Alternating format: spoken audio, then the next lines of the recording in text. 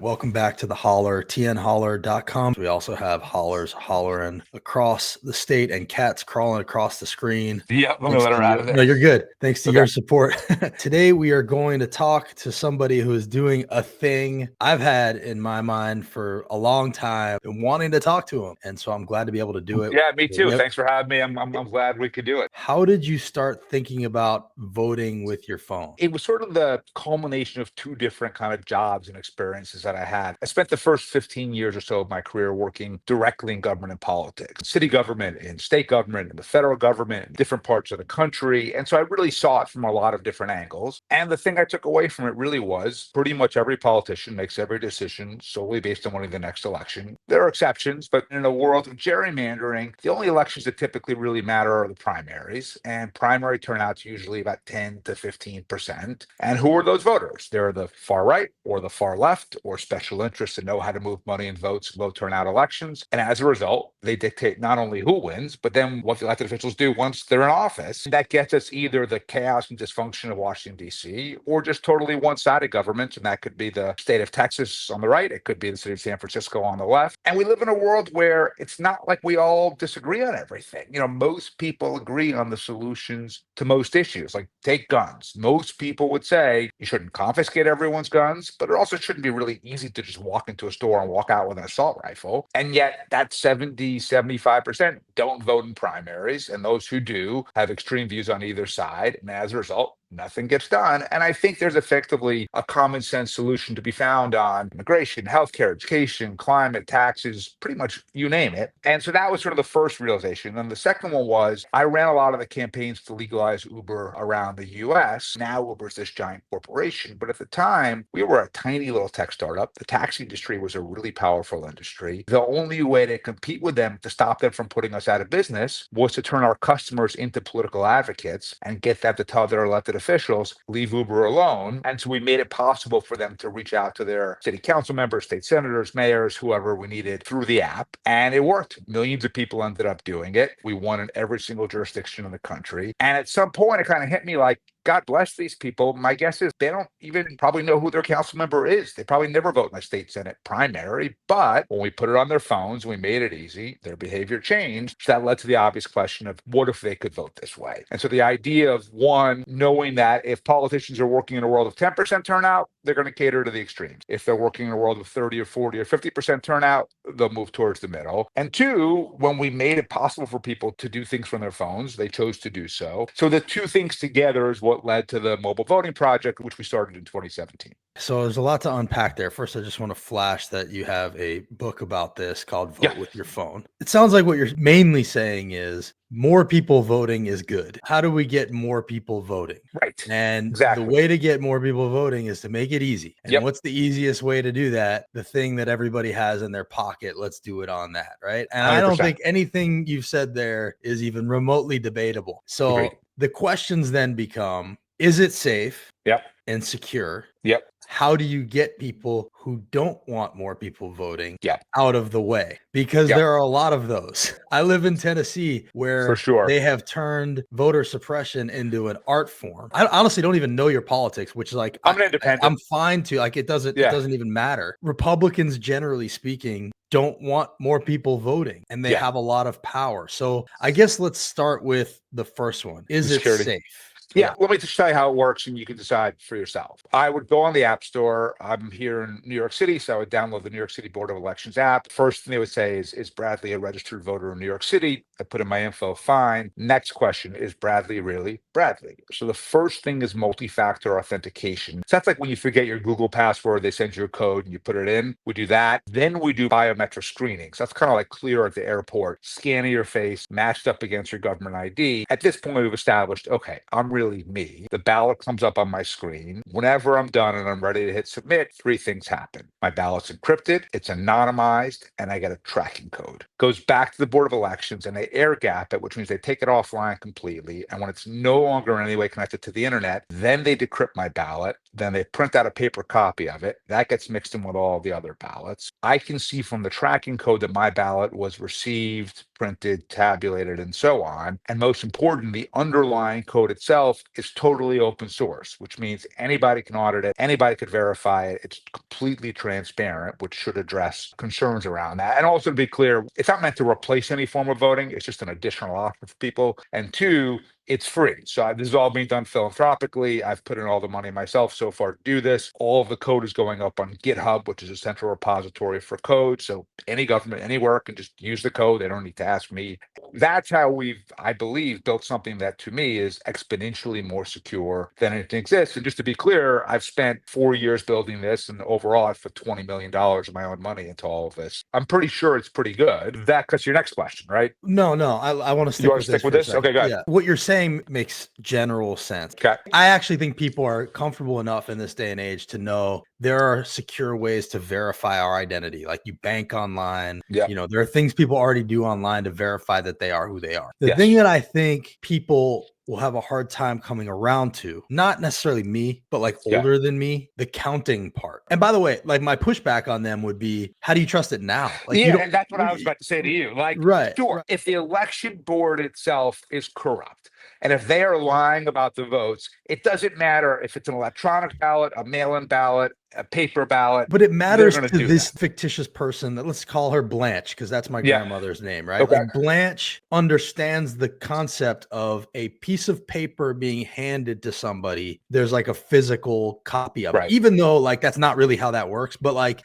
they understand paper ballots. They don't necessarily have a comfort level with whatever the process would be between submit on my digital phone and like the counting process at our local election commission. So that's why we included an extra step where a paper copy of your ballot is printed out, and that's what gets counted, right? So it's not counted digitally. It just goes in with Blanche's ballot that she did in person and someone else's that they mailed in. Do we really need to do it that way? No, of course you could just do it all digitally, but to give people like your grandmother a little more confidence and trust sort of in the process, we added this extra step in. Ultimately, that's sort of the point of the code being open source. You can go in there and see this many votes were cast, this many votes were counted, this many votes were tabulated. You can match up the count on the paper ballots to the count on the digital, so you have the ability to compare and confirm. And then 3, once you go ahead and submit it, your identification takes place on the front end. That's usually a third-party identifier, whoever the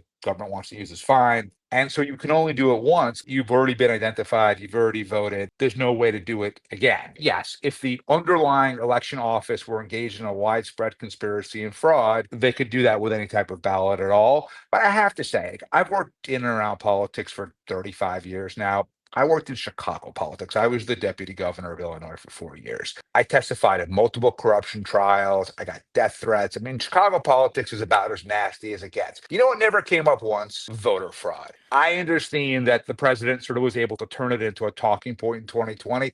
I will just say, as someone who has been around elections now for a couple of decades, it's not an actual thing. Totally agree with you. It's just like wrapping people's heads around this idea that is a safe, secure process seems like a pretty big hurdle, even as somebody who like is fine with it. And by the way, let me just say something that I should have said at the beginning. Yeah. I think this could save the world. Like, I think this is that big of an idea. I think it's very commendable that you've spent your own money on this. People say, what gives you hope? Because there's a lot of darkness out there. I always say young people, nothing would engage young people faster than this overnight. For sure. And so like, I think this is extremely important. I appreciate that. And like, I know that there is an inherent resistance to this with people my age and above, and maybe even a little younger. I'm trying to like suss that out. Those are the things I'm gonna have to be able to explain and answer to. Well, first of all, again, thank you. I really appreciate it, because this has been it's hard, right? So sometimes even just hearing that goes a lot further than you realize. But the way I vote in New York, I literally scribble my name into a book. So I know, based on the way I vote today, that what we have built is actually exponentially more secure and rigorous than what we currently have. This is the kind of thing where younger people are going to be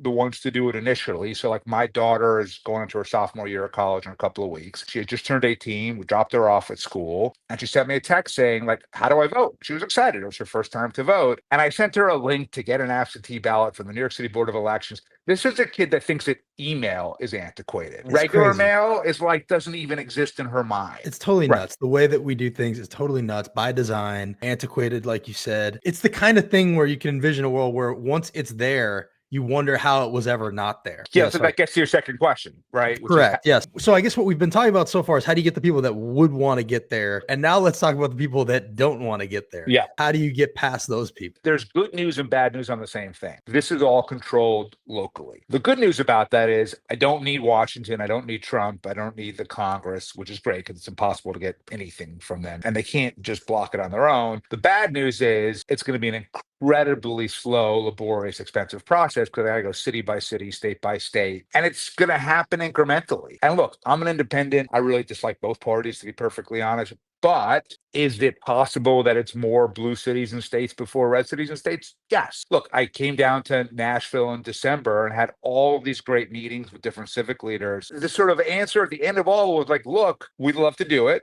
We think that the Metro Council would do it. We think the state will turn around the next day and overturn it and ban it. By the way, they banned ranked choice voting here already. As they were doing it, they were admitting that they didn't understand what it was. That's what we're dealing with here. For sure. We have so many more jurisdictions than we have resources to pursue it. There's no reason to pursue one in a place where the odds of success aren't high. We are in the process of talking to different mayors and city councils what have you done all over so the country. Far? We have met with probably about 30 different cities around the country. Mayors, councils, secretaries of state, city clerks. My hope would be that we'll get legislation introduced in about 5 or 6 cities this fall, hopefully pass 2 or 3 by the end of this calendar year. Haven't you done some already, though? So we've done 2 things. Pilots in 7 different states just for deployed military and people with disabilities. And it's great in and of itself. But if what we're trying to do is get turnout from, say, 10 to 30, I need this to be available to everybody. So I'm still going to need legislation ultimately to be able to do it. So we're starting at the local level, mayor, council, school board. And so I'm hoping that I can start over the next couple of months and the next couple of years, start passing bills in cities all over the country to do this, then scale our way up to states and then eventually federal. How did the pilots go? Great. 21 of them across 7 states. They were all independently audited and no problem came back on any of them. No voter said they had a problem. And by the way, it was a really good diversity of states. It was West Virginia and South Carolina and Utah, but it was also Colorado and Oregon and Washington and Delaware. So it was a really good mix. What was interesting was some of the red states on that list really liked the idea of making it easier for deployed military to vote. Some of the blue states really liked the idea of making it easier for people who are blind and people who are disabled to vote. And then ultimately, both of them ended up sort of just incorporating both groups. It was just a better way to do it. And then, for example, in Seattle, they have a conservation district that has to have elections. They have to mail everyone a ballot, and it's wildly expensive. They actually decided they would allow mobile voting instead, and turnout tripled. Denver did a poll of people participating in theirs. 100% said, yeah, I'd rather press a button, right? Of course they did, right? It would have been weird if they didn't. And the other thing is part of the reason why I'm now out there talking to people like you is for the first couple of years, my view was I'm going to put my own money and my own time. That's a terrible picture of me behind it. Bad. And I'm not photogenic to begin with, but even that was bad. But now I'm at the point where we have to build a big grassroots movement to overcome this. Because yes, I think blue cities and states will be more receptive. But the reality is you're a Democratic politician and you know exactly who the voters you need in your next reelection. You may not be that eager about tripling the electorate either. We're going to get opposition from both sides. But if you think about it, every major right in this country that's ever been won. So whether it's the Women's Rights to Vote, the Civil Rights Act, the Voting Rights Act, American Disability, same-sex marriage, doesn't matter what it is. The status quo never wanted to give it to them. It always took enough people standing up loud enough and long enough and demanding it. And finally it happened. And that's what we're going to have to do here. And it's not going to be easy and it's not going to be cheap. And I've already put a ton of money and I have to now go raise money too, because the total it's going to take is more money than I have. We're just going to keep fighting it out district by district till we can hopefully get the genie out of the bottle and get this thing done. Do you have any other like noteworthy allies in this fight? Influencer people? Yeah, Martin Luther King III, pretty good one. Mark Rubicano, who's the head of the National Federation for the Blind. David Hogg, he wrote the foreword to that book that you showed. There are some members of Congress like Eric Swalwell, Josh Gottheimer, Richie Torres. We're starting now. Just talk to any, and if you have ideas, let me know. Please. I would like to help however I can. Great, and I would like to stay in touch and be helpful however possible. And then also, I got to do a TED Talk recently that got posted. Yeah, which was great. Let me just be nakedly clear here. I am making this shit up as I go along. along. That's good though. Like No one asked me to do this. The fact that some random dude like me is the one doing this is sort of crazy in a way. Like, it should be the government. So I need all the help I can get from every corner possible, because it is a massive fight with the odds stacked against me. Over time, I think like the more people are hearing it, and especially if there's these pilots, Estonia, wasn't that one? Estonia? Yeah. I was over there about a month ago meeting with them and checking out their system. It's very cool. They've been doing it for 20 years. Right. That notion that what we do now is not exactly the most transparent process in the world. Or secure or anything else. So the current system is not good at all. And I think people know that. I'm sort of working ultimately on sort of the basic view that, like, once the genie's out of the bottle, it doesn't go back in, right? So if you think about like Uber, we didn't ask for permission. We just showed up in a city, because if we asked, they would have said no. So we showed up. We got as many people using it as possible. And once people started using it, like, think about now when you call for an Uber, it says 5 minutes, it takes 8, and you're annoyed. But those first few times, it was magic. Like, everybody had the same reaction, like, holy shit, this is amazing. And that's when we asked them to advocate for us, and they did. Same thing here. I just got to get the genie out of the bottle. And in every jurisdiction where we can successfully run an election and prove that it works, it undermines the opposition. What they can't say out loud is what they really mean, which is, we don't want more people to vote. All they can say is security, integrity, all these bullshit buzzwords. So every time that we can disprove that with a successful election, it undercuts them a bit. Hopefully through all that process, we just kind of keep getting there. They come pretty close to saying it around here. What's in the book? And then I'll let you go. It explains exactly how tech works. 2, there are essays from people like David Hogg, Martin Luther III. 3 is the story of kind of how mobile voting came about, why I think it's so important, what I've learned in other fights in politics to make it happen, where it fits in with other voting reforms and efforts, the arguments against it, and how we debunk those arguments. Awesome. Well, it's called Vote with Your Phone. Bradley Tusk, thank you for joining us here. And, Justin, thanks for having me, man. Keep us in the loop about how we can help. Will do. Thank you.